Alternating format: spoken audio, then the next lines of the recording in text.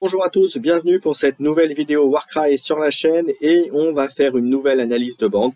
Et aujourd'hui on va parler des arbres, on va parler plus précisément des Sylvanettes, donc cette armée Age of Sigmar qui est maintenant disponible dans Warcry. Alors ça l'était déjà en V1, mais là on va regarder plus précisément en quoi ce que ça nous apporte dans cette V2. Et c'était l'occasion, puisque si vous avez regardé les news games, eh bien vous allez l'avoir de disponible très bientôt avec des nouvelles figurines et un nouveau set accessible pour pouvoir commencer à les jouer. Donc c'est l'occasion.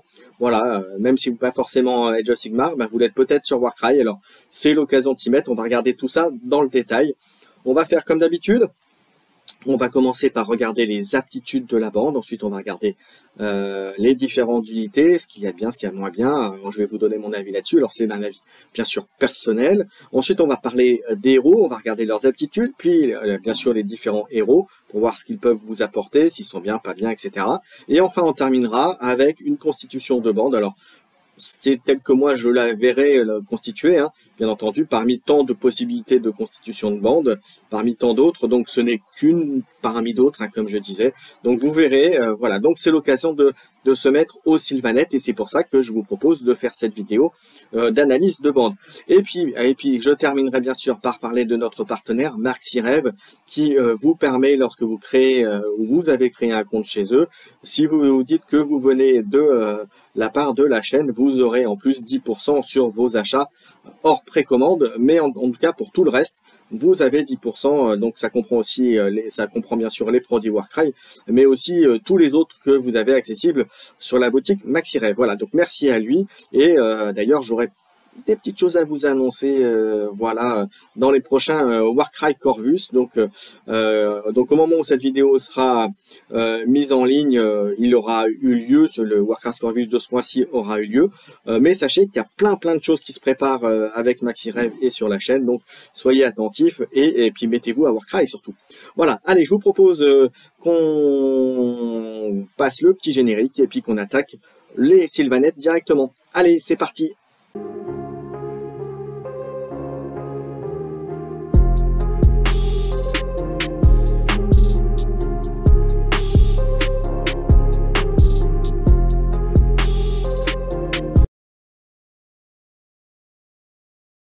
Allez, on va regarder donc l'analyse de la bande Sylvanette en commençant par les aptitudes de la bande.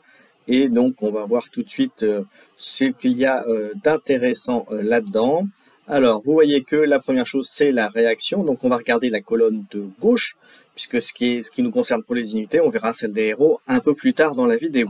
La réaction de Vengeful Spite, donc un guerrier peut utiliser cette réaction après qu'ils ont été ciblés par une action d'attaque de mêlée, mais avant que les jets soient faits. Pour chaque jet de cette action qui touche, vous faites un dommage au guerrier attaquant, et pour chaque critique, vous en faites 2.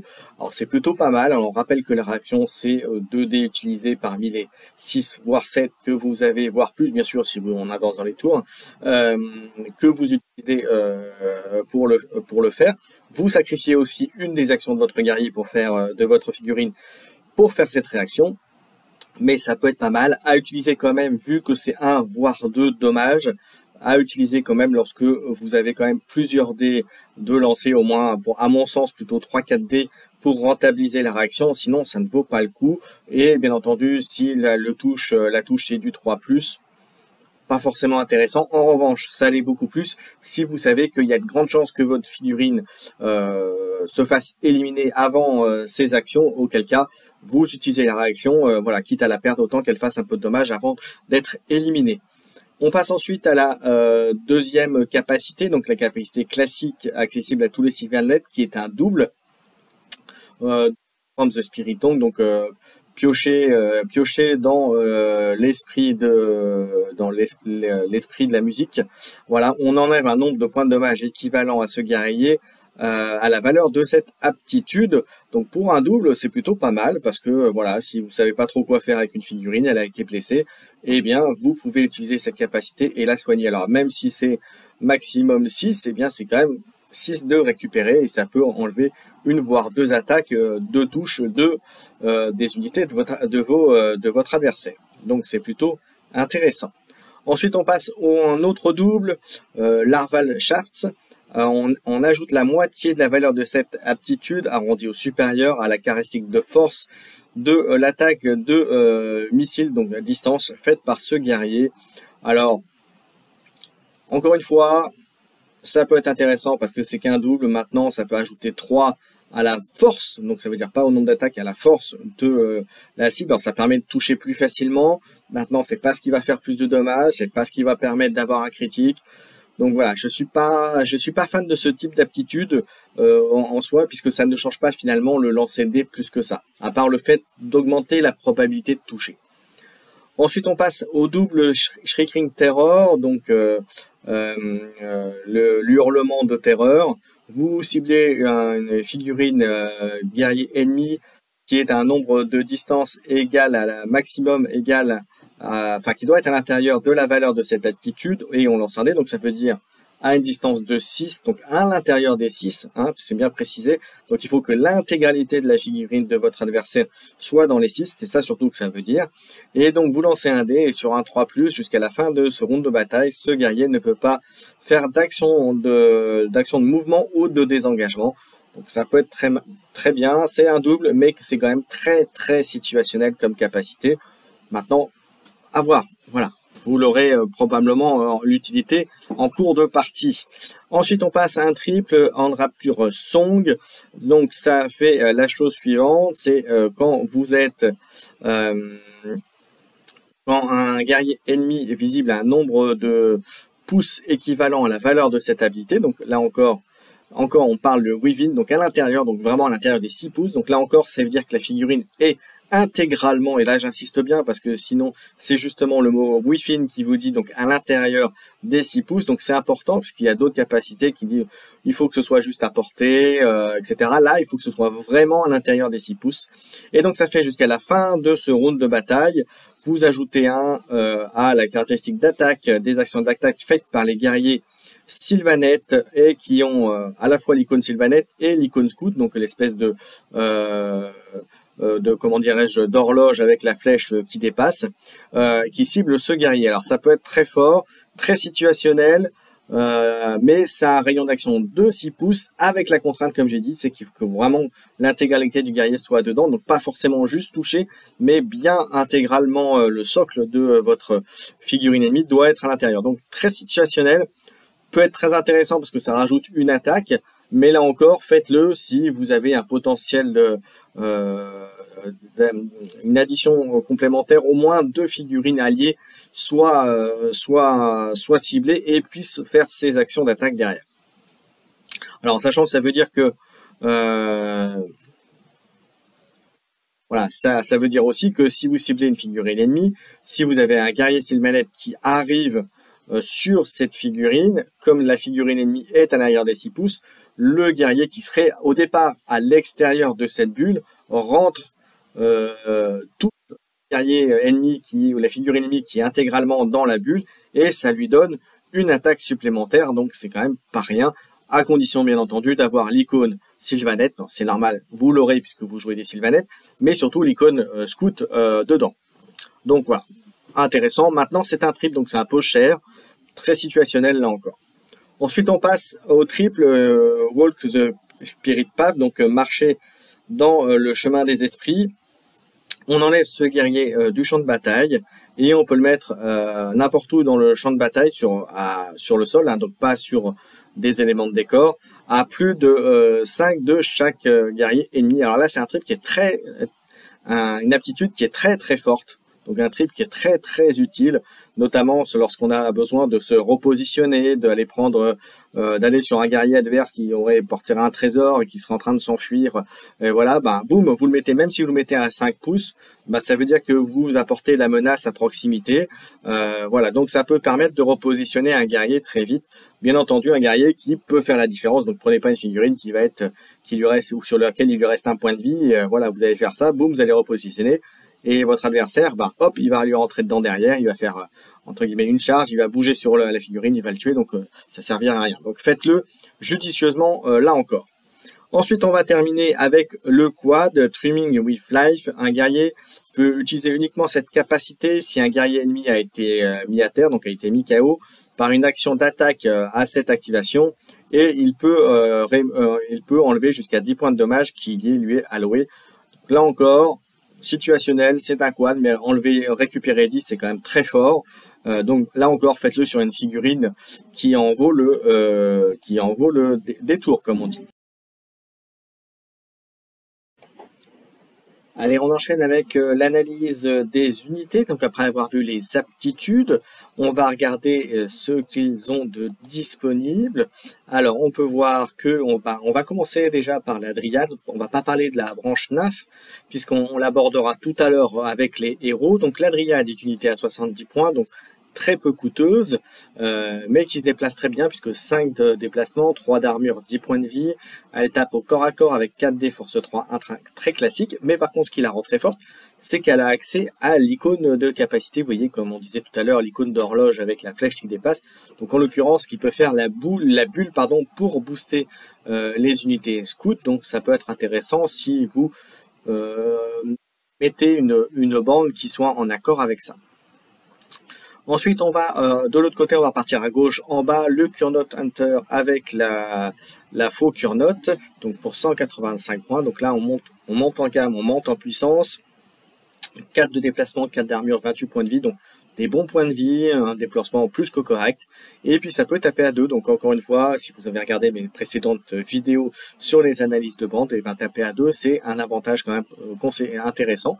Donc là surtout, ça tape à 2, 3D force 5, 3, 6, donc ça peut faire de gros dommages. Voilà, pas d'aptitude, mais néanmoins une bonne unité qui va pouvoir prendre une zone, faire de bons dégâts, et puis qui se déplace correctement, donc vous pouvez moduler en termes de placement. Ensuite, on enchaîne avec le Gossammith Archer pour 130 points. On voit qu'il possède 2 aptitudes, le vol et la capacité entre guillemets de tir à distance.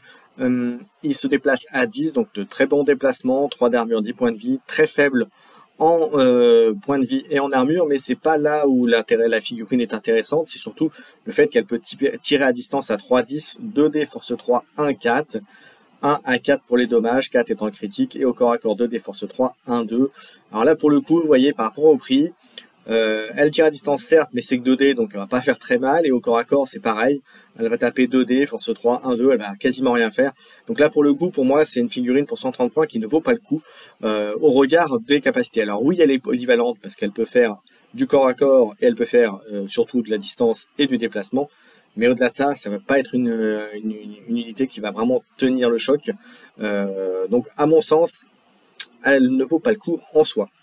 On repasse de l'autre côté avec le Kurnot Hunter, avec le Kurnot le Grand Arc, Kurnot Grand Arc pour 195. 10 points de plus que la figurine qui est au-dessus. Même stat au niveau global, c'est-à-dire 4 de déplacement, 4 d'armure, 28 points de vie, donc très bon. Ensuite, ce qu'il y a de bien, c'est qu'elle a une attaque à distance 3-20, la 2D force 4, 2-5, et là, ça n'a rien à voir avec le Gossammith Archer qu'on a vu. Et là, mine de rien, pour 60 points de plus, on a quelque chose qui tape mieux au corps à corps, mieux aux distances, et au corps à corps, j'allais revenir, donc 3D force 5 de 4, et ben qui tape au mieux pour les deux. Donc là, pour le coup, il n'y a pas photo entre les deux unités. Je préfère prendre 195 points et avoir une unité qui peut faire du distance très correctement, et du corps à corps très correctement aussi. Donc voilà, je préfère prendre ça, quitte à choisir une unité qui soit vraiment polyvalente, plutôt qu'une unité à 130, qui là ne fait un peu rien avec le Gossammith Archer qu'on a vu juste avant. Voilà, ou alors prendre une unité qui soit plus spécifique en termes d'usage. On enchaîne avec le Revenant Seeker, donc juste en dessous du Gossammith Archer, 165 points, se déplace à 10, là encore ça se déplace bien, 4 d'armure, très correct, et 20 points de vie, c'est plutôt bien aussi, donc pour 35 points de plus. Et au corps à corps, c'est 3D, force 3, 2, 4. Ça a 2 aptitudes, donc c'est plutôt bien, ça vole. 165, vous voyez, je préfère mettre 35 points de plus, alors au-delà du coup, mais au moins c'est quelque chose qui va pouvoir au moins tanker, qui a l'avantage de pouvoir avancer vite, et de pouvoir combattre, et de pas être trop mauvais au combat, et donc de pouvoir tenir un objectif. Donc voilà, à mon sens, le Revenant Seeker est plus intéressant. Ensuite, on passe au Kurnot Hunter avec la grande épée Kurnot, 170 points, donc 15 points de moins que 25 points de moins que l'unité qui est au-dessus. 4 de déplacement, 4 d'armure, 28 points de vie, très correct. Au corps à corps, 1D, 4D force 5, 2, 5. Bon, on en revient à ce que je disais tout à l'heure. C'est intéressant. Elle coûte 15 de moins que celui avec la faux cure note qui tape à 2. C'est à vous de voir. Voilà, les deux unités se valent entre celle avec la faux ou celle-ci, mais elle tape pas à 2 encore une fois. Est-ce que vous allez préférer avoir un dé de plus et taper un peu, voilà, à vous de voir. Personnellement, c'est ce qui vaut. Moi, personnellement, je vais rester fidèle à ce que j'ai dit dans les précédentes vidéos. Je préfère avoir une unité qui peut taper à 2 sans forcément être engagée par son adversaire. Alors, c'est mon point de vue. Ça n'engage que moi, bien entendu. Ensuite, on continue avec le Spite Revenant pour 75 points. Donc, petite figurine en termes de coût. 4 de déplacement, 3 d'armure, 10 points de vie, faible. Corps à corps 4D, force 4, 1, 3. Bon là, est-ce que ça revient un peu à la Dryade qu'on a vu tout à l'heure? Il a l'icône, il a une icône d'aptitude. C'est à vous de voir. Je suis pas. Disons que c'est plutôt comme la Dryade. C'est plutôt des unités que vous allez mettre pour compléter votre bande et votre armée. Ensuite, on enchaîne avec le Tri Revenant, 65 points. Il se déplace à 4, 3 d'armure, 10 points de vie là encore. Au corps à corps, 3D, force 3, 1, 3. Là, c'est pareil. Je dirais qu'entre les trois qu'on a vus, la Dryade, le Spite Revenant et le Tri Revenant, j'ai envie de vous dire, ça dépendra surtout de comment vous avez constitué votre liste et de l'avantage ou de l'aptitude que vous voulez voir utiliser pour la constituer. Et enfin, on terminera par le Spite Rider Lancier pour 185 points. Il s'est placé à 12, donc vous voyez, très bonne mobilité. D'autant plus qu'on va voir avec l'arme, ça se rajoute, parce qu'avec l'arme, je vais tout de suite en parler, qui peut taper à 2, ça fait, pour un mouvement à 14, vous pouvez taper à 14 directement, donc c'est quand même pas rien du tout. On continue, il a 4 d'armure et 20 points de vie, donc un bon guerrier. Et puis après, pour le reste, donc je vous disais, il tape à 2, 3D, force 4, 1, 5. Alors ce qui gêne un peu sur une type de figurine, c'est que si vous ne faites pas de critique, vous faites que 1. Donc c'est un peu là où le bas blesse, on va dire, par rapport à la figurine. Une force d'attaque également de 4, ce qui est plutôt bien, mais globalement, ça vous fera du taper sur du 4, 5 ou 6. Et donc, comme d'habitude, le critique sur du 6. Donc voilà, ce qui me gêne, c'est le fait que l'attaque classique ne fasse que 1. Voilà, c'est pour ça que je préférais, quitte à mettre 185 points, je préférais me mettre une unité qui est un peu moins de mobilité, mais qui permette de donner des coups plus forts, puisqu'on rappelle quand même que 12, ça vous fait, effectivement, ça vous permet de vous déplacer sur quasiment tout le plateau, très rapidement. Mais en revanche, vous allez manquer en force de frappe, et puis 20 points de vie. Quand on voit les capacités qu'on a maintenant, ça peut vite tomber. Voilà, on en a terminé avec les unités Sylvanette. Je vous propose qu'on commence à regarder les héros avec les aptitudes, puis les profils. Allez, on va passer aux héros, comme je disais, et on va commencer avec les aptitudes de héros, et on va voir qu'il y a quand même des choses intéressantes. Alors la première, c'est un double, alors je répète aussi, je vais le redire, les capacités sont accessibles bien sûr aux héros qui auront les icônes d'aptitude sur leur profil, bien entendu. On va commencer par le premier, le double, qui comprend donc 3 icônes, Zephyr, Spite, Tail, Pass Pincers, voilà les pinces de queue, voilà. Vous ciblez un guerrier ennemi visible au corps à corps avec ce guerrier, vous lancez un dé sur un 3+, vous lui allouez 3 points de dommage. Pour un double, c'est toujours bon, c'est dommage que ce soit une capacité de héros, donc très ciblé, donc à un personnage voire 2 si vous mettez en leader et en héros après. Mais voilà, après ça reste un double, donc utilisable très facilement. Ça vous permet sur un G3+, de mettre boum 3 points de dommage au guerrier adverse. C'est, comme on dit, toujours bon à prendre, mais situationnel, puisque ça dépendra de votre héros, bien entendu. Ensuite, le prochain double, c'est le Swarm Oil Spite. Donc, vous ciblez un guerrier ennemi qui se trouve à 6 de ce guerrier. Vous lancez un nombre de dés équivalent à la valeur de cette habilité, donc c'est plutôt bien. Voilà, donc jusqu'à 6. Et pour chaque 4+, vous faites un point de dommage. Donc pour 6, vous pouvez faire éventuellement jusqu'à 6 points de dommage. C'est un double. C'est toujours bon à prendre là aussi. C'est plus intéressant paradoxalement que potentiellement, puisque sur le premier capacité de double, c'est juste un dé, vous faites 3, donc vous ratez votre dé, vous faites rien. Là, vous êtes quasiment sûr sur un nombre de dés, allez, on va dire que vous allez quand même l'utiliser si l'aptitude est au moins à 4, 5 ou 6, pour vraiment rentabiliser. Même sur les 4 dés, on va dire que allez, vous allez quand même faire 2 au moins 2 points de dommage, voilà, à une distance de 6, et si ça ne bloque pas, et c'est surtout intéressant de pouvoir le faire à distance et non pas que au corps à corps.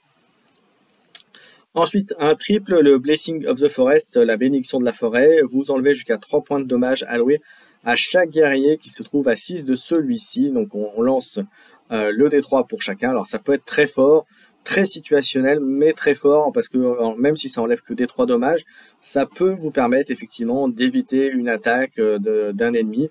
Maintenant, encore une fois, c'est le type de capacité situationnelle et que je vous invite à utiliser que si vous pouvez cibler au moins 2 à 3 figurines pour rentabiliser le triple parmi les 6 ou 7 dés que vous avez au tour en question. On passe ensuite à un autre triple, l'appel de la bataille. Jusqu'à la fin de ce round de bataille, vous ajoutez 1 aux caractéristiques d'attaque de mêlée d'attaque fait par les guerriers visibles quand ils sont à 6 de ce guerrier. C'est plus fort à mon sens que le premier triple, la bénédiction de la forêt.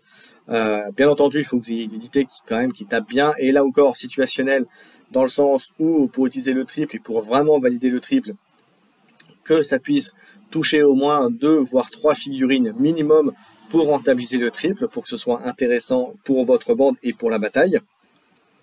Mais rajouter une attaque, si en plus ce sont des attaques qui peuvent faire mal, comme on a vu un petit peu les profils des unités, vous avez vu certaines qui quand même tapaient relativement fort, donc ça peut être le moyen d'avoir un dé en plus et donc de taper très fort à votre adversaire.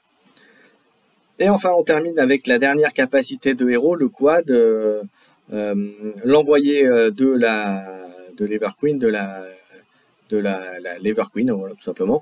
Jusqu'à la fin de ce round de bataille, vous rajoutez la moitié de la valeur de cette habilité, arrondie au supérieur, à la force et à l'endurance caractéristiques des guerriers amis qui se trouveraient à 6 de ce guerrier. Alors c'est un quad très situationnel, et là pour le coup, qui peut être intéressant, certes, mais qui à mon sens ne l'est pas. Pourquoi? Parce que vous allez perdre un quad. Alors effectivement, vous allez augmenter l'endurance et la force, donc vous allez augmenter la capacité à potentiellement toucher, et potentiellement à prendre moins de coups, mais ça n'empêchera pas les critiques, ça n'empêchera pas les capacités de vous toucher. Donc pour moi, à mon sens, c'est un quad qui est pas super, qui est pas génial. Et pourtant, c'est un quad, donc ça veut dire 4 dés utilisables, par tous les héros sylvanais. Mais à mon sens, c'est pas un quad intéressant. Je préfère largement mettre un triple et un double, ou même 2 triples si vous avez 6 dés. Voilà, c'est à mon sens plus intéressant que le quad paradoxalement. Donc un quad qui pour le clip Sylvaneth peut s'avérer bien, mais tellement situationnel et qui est tellement conditionné aussi au GD et même au GD de votre adversaire que en finale, il n'est pas pour moi, il n'est pas valable. Enfin, il n'est pas intéressant en soi. Voilà, on a vu, voilà, sur ces bonnes paroles, on a vu les aptitudes de héros. Donc vous voyez, il y en a quand même des biens. Attention, hein, c'est pas parce que le quad est très moyen que le reste ne l'est pas. Attention, hein, les triples et les doubles sont quand même très bons aussi et peuvent faire très mal. Surtout que les doubles, vous voyez, vous pouvez en faire jusqu'à 3 pratiquement au départ, et puis les triples, vous pouvez en faire 2. Donc alors bien sûr sur des figurines différentes, mais ça peut quand même faire le café comme on dit. Voilà, donc on a vu les aptitudes de héros. Je vous propose maintenant de passer aux héros et pour voir exactement lesquels seraient les plus intéressants par rapport à ce qu'on vient de voir. Allez, on a vu les aptitudes de héros, maintenant on va regarder ce qu'il y a comme unité intéressante parmi cette bande. On va commencer par le Arch Revenant qui coûte 260 points, pardon. Donc, vous voyez, ça du costaud, ça c'est place à 10, donc une bonne mobilité, 4 d'armure, 25 points de vie, c'est plutôt très correct. Ça tape à 2, donc vous voyez, ça fait partie des unités que j'aime bien, encore une fois, pour les mêmes raisons que j'arrête pas de le répéter. C'est que voilà, ça tape à 2, donc ce n'est pas, vous pouvez taper une unité sans forcément rentrer dans la zone d'engagement de l'adversaire, puisqu'on rappelle que la zone d'engagement de combat, c'est 1 pouce autour de l'unité. Donc là, vous pouvez taper sans forcément être tapé, donc sans rentrer en zone de combat de l'adversaire. Et surtout là, c'est 4D, force 4, 2, 5, avec 3 aptitudes. Donc c'est plutôt très correct, même si 260 points, c'est cher en termes de coût, mais ça les vaut. Ensuite, deuxième unité, le tri-revenant, le Sion tri-revenant avec le glaive protecteur pour 115 points. Il se déplace à 4, il a 3 d'armure, 15 points de vie, donc assez faiblard en termes de défense, parce que 3 d'armure, pas GG, hein, comme on dit, et 15 points de vie. Ben voilà, c'est pas très terrible non plus pour un leader. Par contre, ça tape à 2 de distance, 3D force 3, 2, 5. Ça peut faire de gros damages, mais en revanche, en termes de points de vie, c'est limite. Et c'est pour ça d'ailleurs que les aptitudes, on comprend mieux pourquoi, dans les aptitudes de héros et de bande, on peut augmenter un petit peu la défense de ces figurines. On enchaîne avec le Branch Witch pour 145 points. Alors, il se déplace à 6, 3 d'armure, 20 points de vie. Il a une attaque à distance pour 3-7, 2D, force 3, 3-6, avec 2 aptitudes. Et puis une corps à corps, 3D, force 3, 1-4. Très moyen en corps à corps. Plutôt sympathique à distance, mais pour 145 points, c'est un leader qui peut être bien, mais on verra, il y en a certainement de mieux après. Ensuite, on enchaîne avec le tri revenant, le Sion tri revenant avec la lame enchantée pour 110 points. Pareil, même stat, 4 de déplacement, 3 d'armure, 15 points de vie. Il tape au corps à corps, 4D, force 3, 2, 4. Bon, bah là, pour 5 points de plus, pour les mêmes raisons, je préfère la figurine qui est au-dessus, donc avec le glaive protecteur. On continue avec la Branch Weight pour 145 points, elle se déplace à 6, bon déplacement, 3 d'armure, très léger, 18 points de vie. Un peu mieux que le figurine d'avant, mais voilà. Au corps à corps, ça peut tirer au corps, à distance, pardon, 3-7, 2D, force 3, 3-6, c'est plutôt très bien. Et au corps à corps, 3D, force 3, 2-4, donc voilà. Et à figurine équivalente, je préfère, au-delà de l'aptitude, des aptitudes, je préfère largement le Branch Weight au Branch Witch qu'on a vu juste au-dessus, pareil pour 145 points. Voilà, je préfère cette dernière figurine. Ensuite, on enchaîne avec le Fleetwing Sion pour 170 points. Il se déplace à 10, 3 d'armure, 15 points de vie, assez léger. Il tire corps à corps 3-10, force 3, 3D, force 3, pardon, avec 1-4 de dommages. Et au corps à corps, 1D, 2D, force 3, 1-3.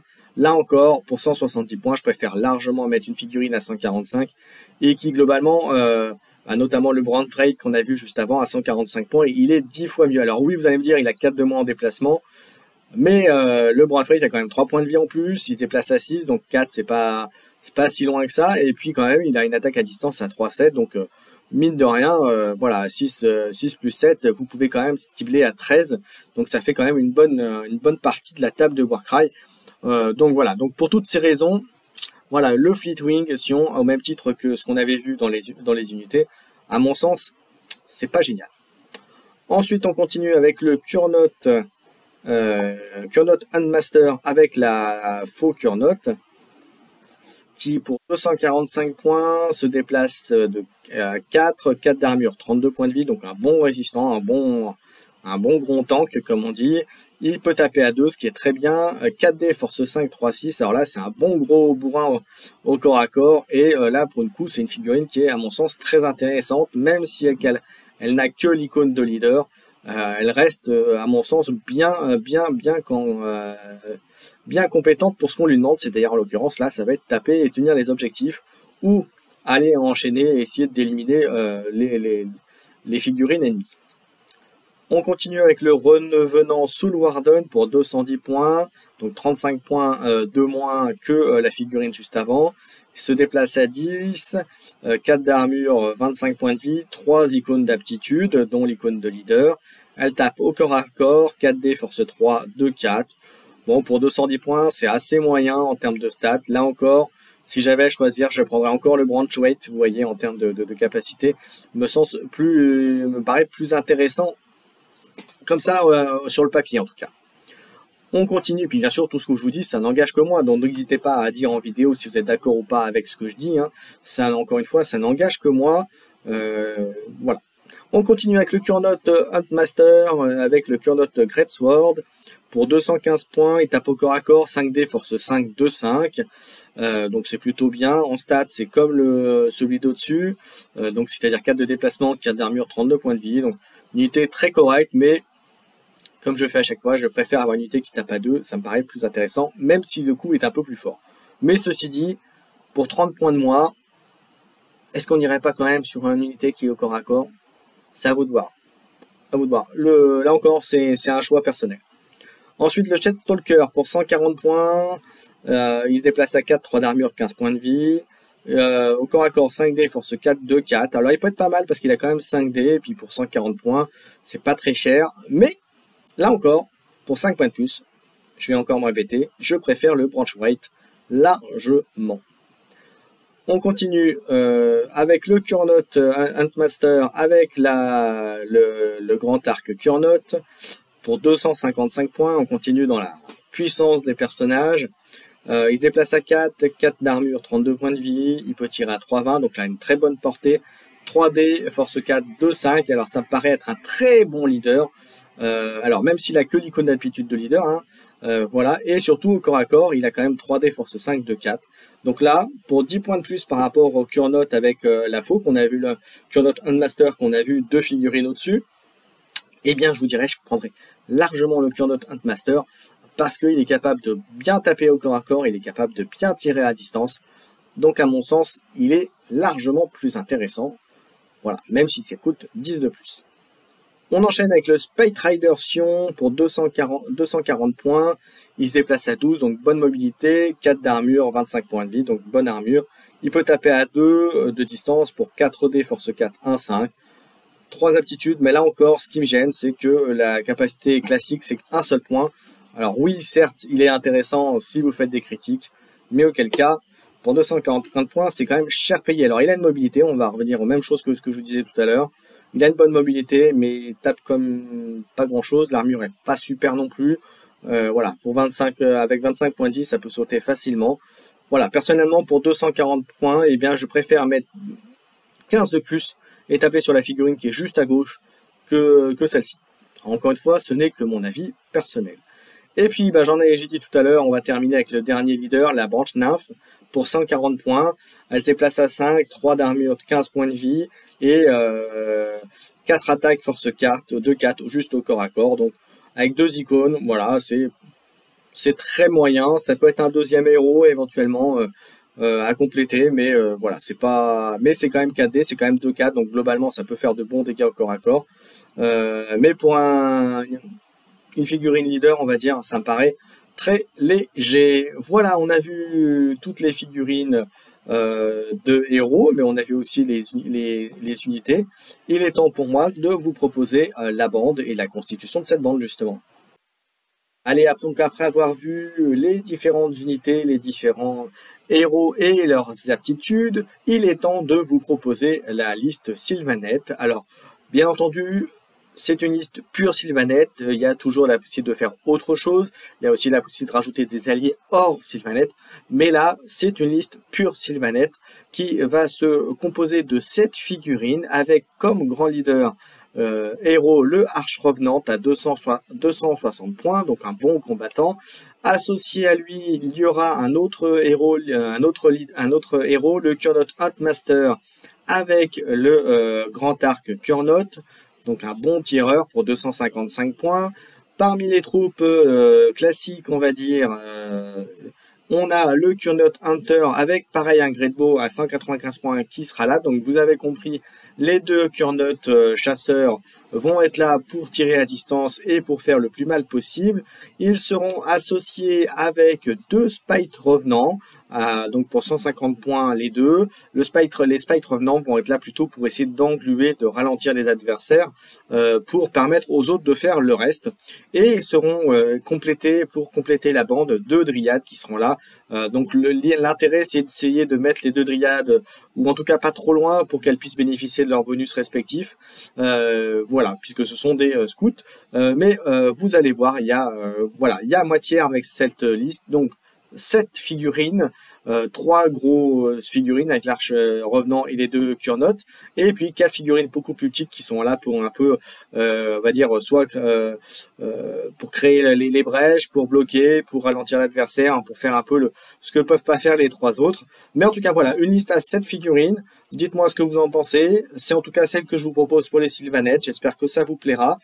Et puis n'hésitez pas, comme toutes les vidéos, à liker, à vous abonner, à mettre un petit commentaire. C'est important pour le référencement de la chaîne. Et puis, si vous êtes intéressé par les Sylvaneth, n'hésitez pas à vous en procurer. Et notamment chez la boutique partenaire qui est MaxiRêve, où je rappelle, si vous avez un compte chez eux, ou pas encore, eh bien vous pouvez créer votre compte. Et puis si en plus vous dites que vous venez de la part de la chaîne, donc par rapport à la chaîne Keycord, eh bien vous aurez 10% supplémentaires. Voilà, j'en ai terminé avec cette vidéo, j'espère que ça vous a plu et on se retrouve très bientôt pour plein d'autres contenus Warcry et notamment un petit rapport de bataille bientôt qui devra arriver. Allez, ciao ciao!